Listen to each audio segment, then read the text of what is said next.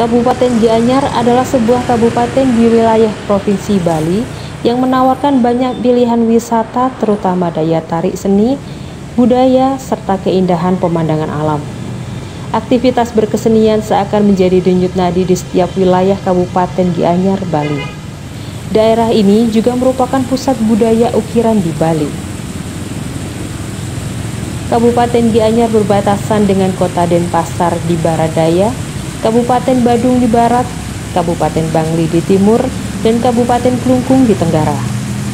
Sejarah Kota Gianyar ditetapkan dengan Peraturan Daerah Kabupaten Gianyar Nomor 9 Tahun 2004, tanggal 2 April 2004 tentang Hari Jadi Kota Gianyar. Assalamualaikum warahmatullahi wabarakatuh. Salam sejahtera, selamat pagi sahabat Lensa Indonesia.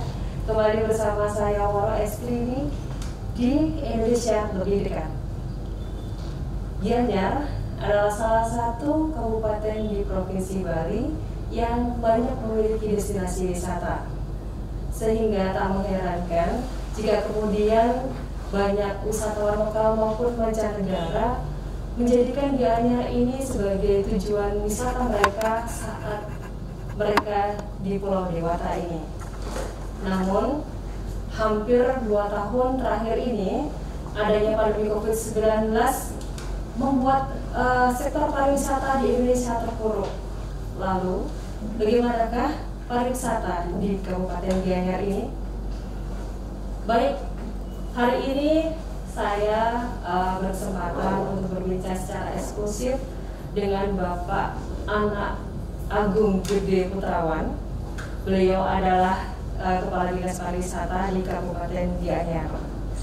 Selamat pagi Pak Agung. Selamat pagi Ibu, selamat datang di Kabupaten Gianyar. Terima kasih. Datang dari Lensa Indonesia. Terima kasih atas sambutannya. Mungkin kita bisa lepas maskernya Pak, lebih enak. Sebelumnya terima kasih Bapak atas waktu dan kesempatannya untuk berbincang secara eksklusif dengan Bapak mengenai pariwisata di Kabupaten Gianyar ini. Baik, kalau boleh dijelaskan bagaimana dampak pandemi COVID-19 terhadap sektor pariwisata di Kabupaten Gianyar ini?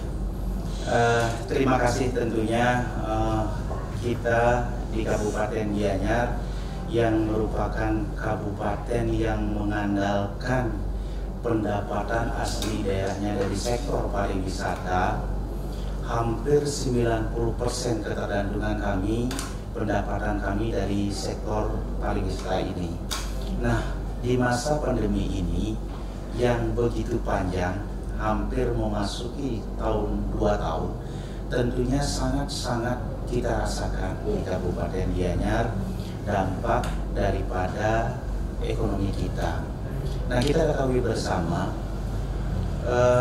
Bali dan di dalamnya tentunya Gianyar yang mengandalkan dari sektor pariwisata ini, di mana kontraksi daripada pertumbuhan ekonominya minus 12 sampai 9 tentunya. Inilah merupakan tantangan kita, dan kita sangat tahu dan sadar sesungguhnya bahwasanya sektor pariwisata merupakan sektor yang sangat rentan. Jangankan pandemi, isu saja sudah berdampak terhadap pariwisata ini, khususnya kunjungan para wisatawan. Karena tentunya di masa pandemi ini ada pembatasan-pembatasan yang dilakukan, sudah barang tentu tentunya pergerakan orang, baik mancanegara, baik wisatawan Nusantara, tentunya menghambat di dalam pendapatan kita dari sektor pariwisata ini. Jadi terjadi gejolak ekonomi di tengah masa pandemi ini ya Bapak ya? Betul Ibu. Apakah itu sangat krusial atau bagaimana? Iya. Nah, dari kondisi yang kita hadapi, yang dimana pariwisata berhenti, katakanlah seperti sesaat di masa pandemi ini, banyak tentunya membawa dampak dalam hal ini. Tidak beroperasionalnya usaha-usaha pariwisata kita yang ada di Gianyar, notabene dalam hal ini adalah hotel, restoran, daya tarik dan sebagainya, itu membawa dampak terhadap para pekerja kita yang bekerja di sektor pariwisata ini.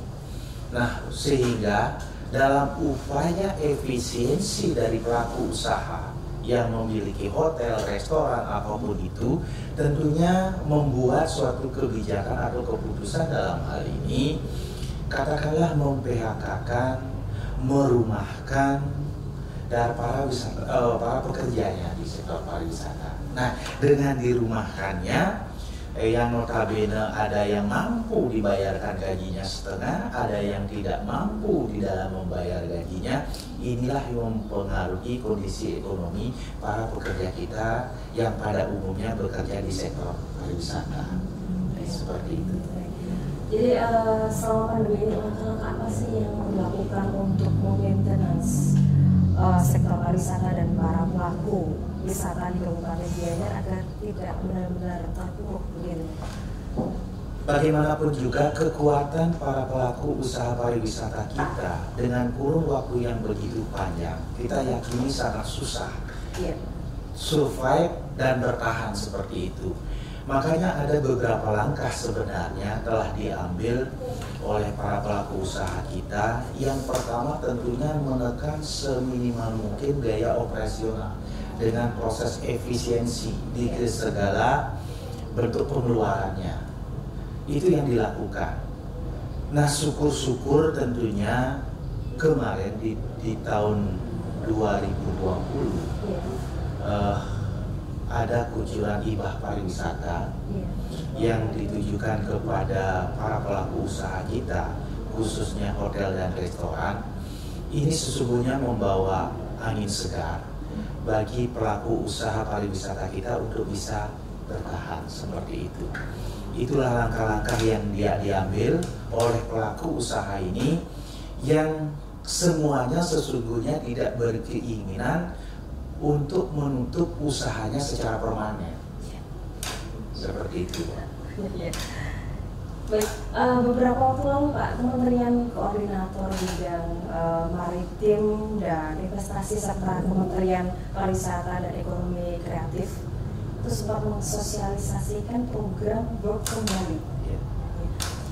Nah, itu sejauh ini khususnya di Kabupaten Gianyar ini, apakah program tersebut membawa dampak positif, cukup membawa dampak positif yang signifikan di daerah ini? Kebijakan pemerintah pusat tatkala katakanlah di pertengahan masa berlangsungnya pandemi ini sesungguhnya membawa angin segar bagi kita para pelaku usaha pariwisata yang ada di Bali ini, khususnya di Gianyar terutama. Akan tetapi kita ketahui bahwasanya kalau kita bicara akomodasi kekinian, katakanlah kekinian di masa pandemi ini dengan penerapan protokol kesehatan yang begitu ketat, kita berbeda dengan green zone. Ada 3 green zone sesungguhnya di Bali telah diupayakan oleh kementerian untuk mempercepat proses vaksinasi sesungguhnya. Ada Badung, ada Denpasar, ada Gianyar, seperti itu. Kondisi kita sangat berbeda dengan kondisi di Badung. Di Badung mempunyai suatu kawasan yang bisa terisolasi di Nusa Dua, sehingga keluar masuknya orang itu betul-betul bisa terkontrol. Nah, kalau kita di Gianyar ini, karena kita dari dulu berkomitmen mengembangkan usaha pariwisata yang berbasis desa sesungguhnya, sehingga mau tidak mau untuk menutup akses pintu masuk dengan satu pintu itu sangat susah kita lakukan karena wilayah pedesaan, dan ini Ubud tentunya itu adalah daerah lintasan beberapa kecamatan yang ada di daerah atas seperti Tampasiring, Tegalalang, dan Payangan seperti itu. Nah, sehingga bicara signifikan artinya tidak terlalu signifikan kan, karena pada saat itu kebetulan rekan-rekan dari KL, kementerian atau lembaga dan BUMN tentunya masih memilih di kawasan Nusa Dua dalam hal ini. Hanya beberapa tentunya memanfaatkan akomodasi kita di Kabupaten Gianyar ini. Seperti itu. Memang kalau kita lihat Gianyar ini lebih banyak menyediakan daya tarik sesungguhnya. Iya. Daya tarik kita sangat banyak di Gianyar, sehingga karena pengertian daripada work from Bali, tentunya itu bekerja dari Bali, ya mau tidak mau ya bekerjanya di suatu kantor, di suatu tempat yang notabene dalam hal ini adalah akomodasi atau hotel dan seperti itu ya. Makanya itu tidak terlalu signifikan bahasa kami. Tentunya ada pengaruh positifnya ya, tentu ada. Satu dua dia melakukan perjalanan juga kan seperti itu. Ada imbasnya bagi kami juga di Gianyar ini. Di samping tentunya untuk MICE atau pertemuan tentunya dengan kapasitas besar, itu kita tidak memiliki hall-hall yang besar kalau di Gianyar. Karena konsep akomodasi kita adalah resort dan villa seperti itu. Sehingga tidak ada hotel atau akomodasi itu murni building yang tinggi berlantai. Hanya ada beberapa tentunya yang terlanjur sudah terbangun sesungguhnya di Ubud ini, di Gianyar ini. Tapi sempat ada kan kunjungan kerja untuk kunjungan kerja dari mereka yang dari mungkin dari pusat atau bagaimana menuju Gianyar sendiri? Sudah pasti sesungguhnya, tetapi bahasa kita tidak signifikan. Tentunya ada beberapa memang kegiatan yang dilakukan oleh kementerian dengan skala kecil, bimbingan teknis yang seperti yang melibatkan di bawah peserta 50 orang. Itu masih mampu kita, karena kita akomodasi kita memungkinkan untuk itu menampung itu kapasitas itu. Nah, seperti itu ada. Dan sesungguhnya kita di Gianyar ini mempersiapkan dibukanya pariwisata mancanegara. Kalau kita lihat begitu, ini sesungguhnya tidak dilakukan sekarang. Kita di awal masa pandemi sesungguhnya sudah melakukan persiapan sesungguhnya. Nah, beberapa kebijakan-kebijakan yang dikeluarkan oleh pemerintah pusat, yang di-breakdown oleh pemerintah provinsi, dan kita sendiri dalam bentuk regulasi-regulasi itu. Nah, kita ketahui bersama, yang pertama tentunya sangat-sangat digencarkan penerapan protokol kesehatan 3M. Nah, seperti itu. Nah, ini kesempatan kami di Gianyar KKK itu mensosialisasikan kepada stakeholder, seluruh stakeholder yang ada di Kabupaten Gianyar ini agar menerapkan protokol kesehatannya di usaha-usaha pariwisatanya seperti itu. Itu pernah kami lakukan jauh-jauh hari sebelumnya. Sudah itu ada kebijakan nantinya sertifikasi CHSE dari Kementerian Pariwisata, bekerja sama dengan lembaga sertifikasi Sukuvindo dalam hal ini. Nah, momen pada saat kami menyalurkan hibah pariwisata kemarin, kita gunakan untuk mempost para pelaku usaha kita untuk segera mendaftarkan diri karena pendaftaran secara online. Makanya kita post.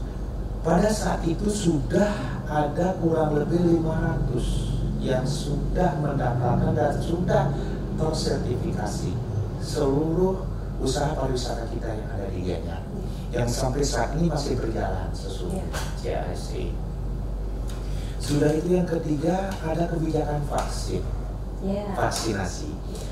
Kita sangat menangkap, artinya dengan pelaksanaan vaksin ini kita mencoba membuat metode di Kabupaten Gianyar ini mempercepat proses vaksinasi daripada warga kita yang ada di Gianyar. Karena kita ketahui bahwasanya ada standar WHO dikatakan bahwa harus tercapai 70% masyarakat sudah tervaksin.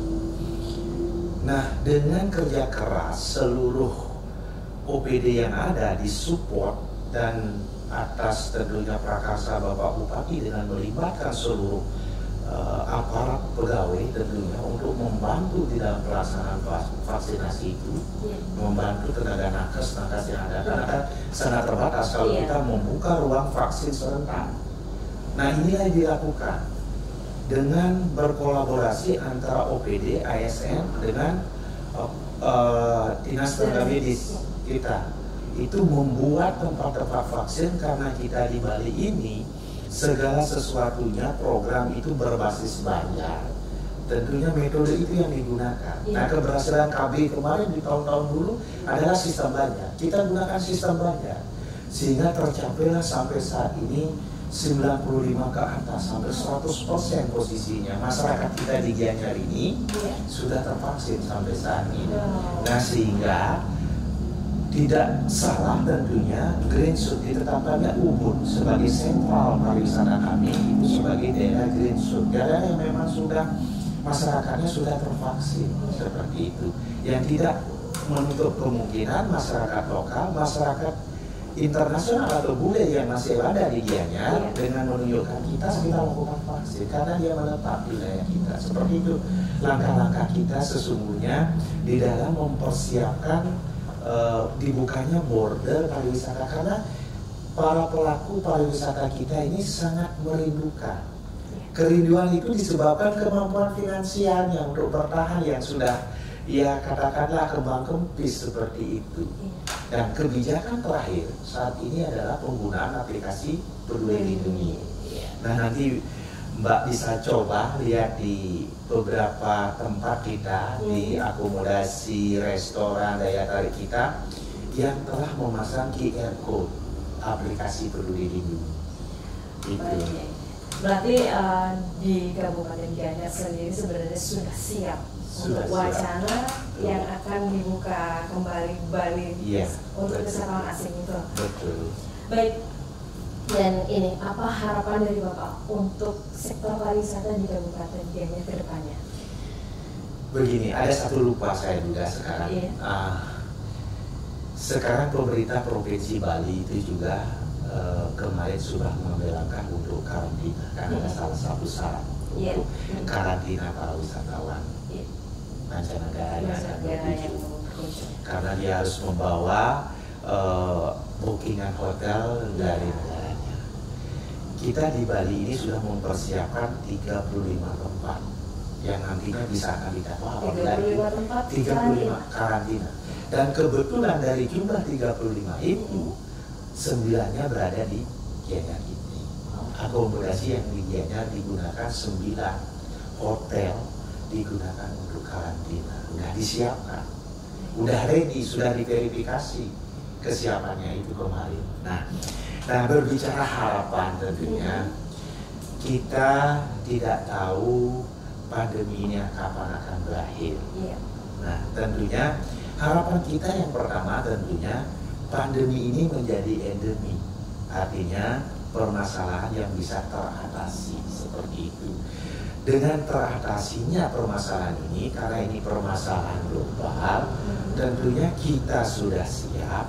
Belum tentu juga negara-negara lain di dunia itu siap, karena situasi negara akan mempengaruhi pergerakan daripada warganya seperti itu. Nah, harapan kita sederhana, pariwisata ini bangkit secara bertahap, perlahan-lahan tentunya menuju kembali di masa di era tahun 2019 sebelum pandemi, di mana pendapatan kami di Kabupaten Gianyar dari sektor pariwisata ini, pendapatan asli daerah kami sesungguhnya sudah mencapai 1,1 triliun pada saat itu. Di masa pandemi melorot, saat ini pendapatan kami baru ditembus di angka 200 miliar. Begitulah kondisinya kami di Gianyar yang betul-betul sangat ketergantungan dengan pariwisata. Iya. Baik Bapak, mungkin ada pesan dan harapan yang ingin Bapak sampaikan kepada seluruh pelaku wisata di Kabupaten Gianyar ini.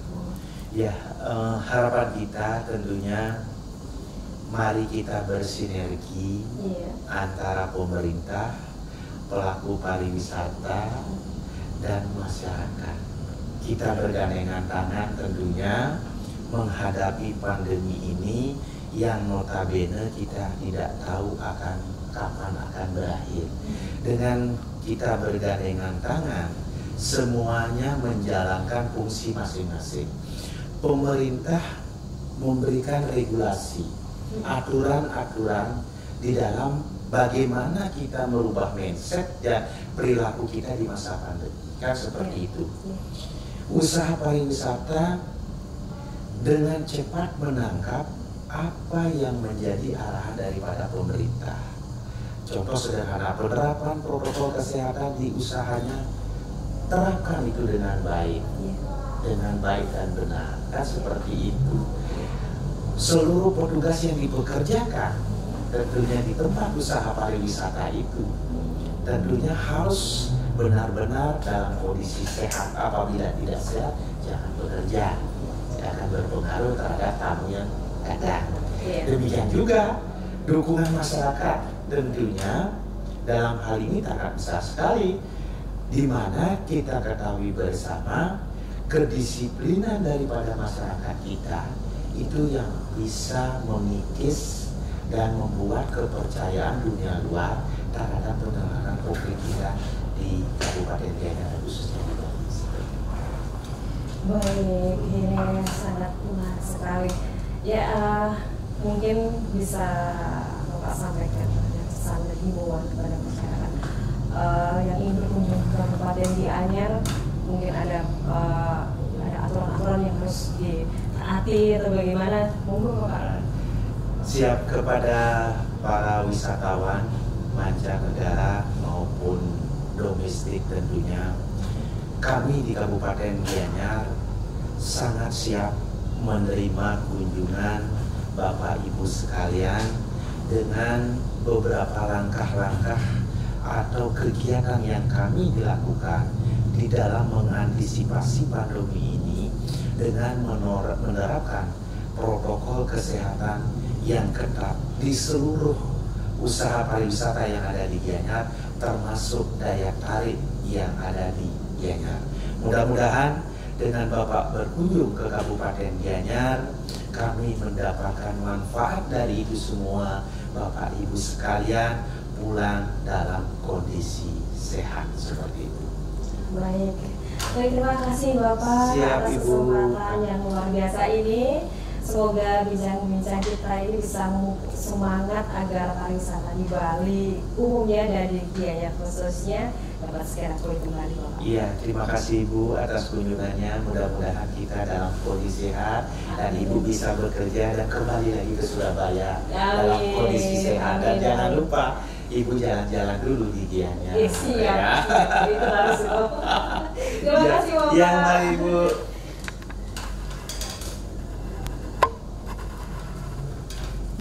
Ya, itu tadi sahabat Lensa Indonesia, bincang-bincang kita bersama Kepala Dinas Pariwisata Kabupaten Gianyar, Bapak Anak Agung Gede Putrawan.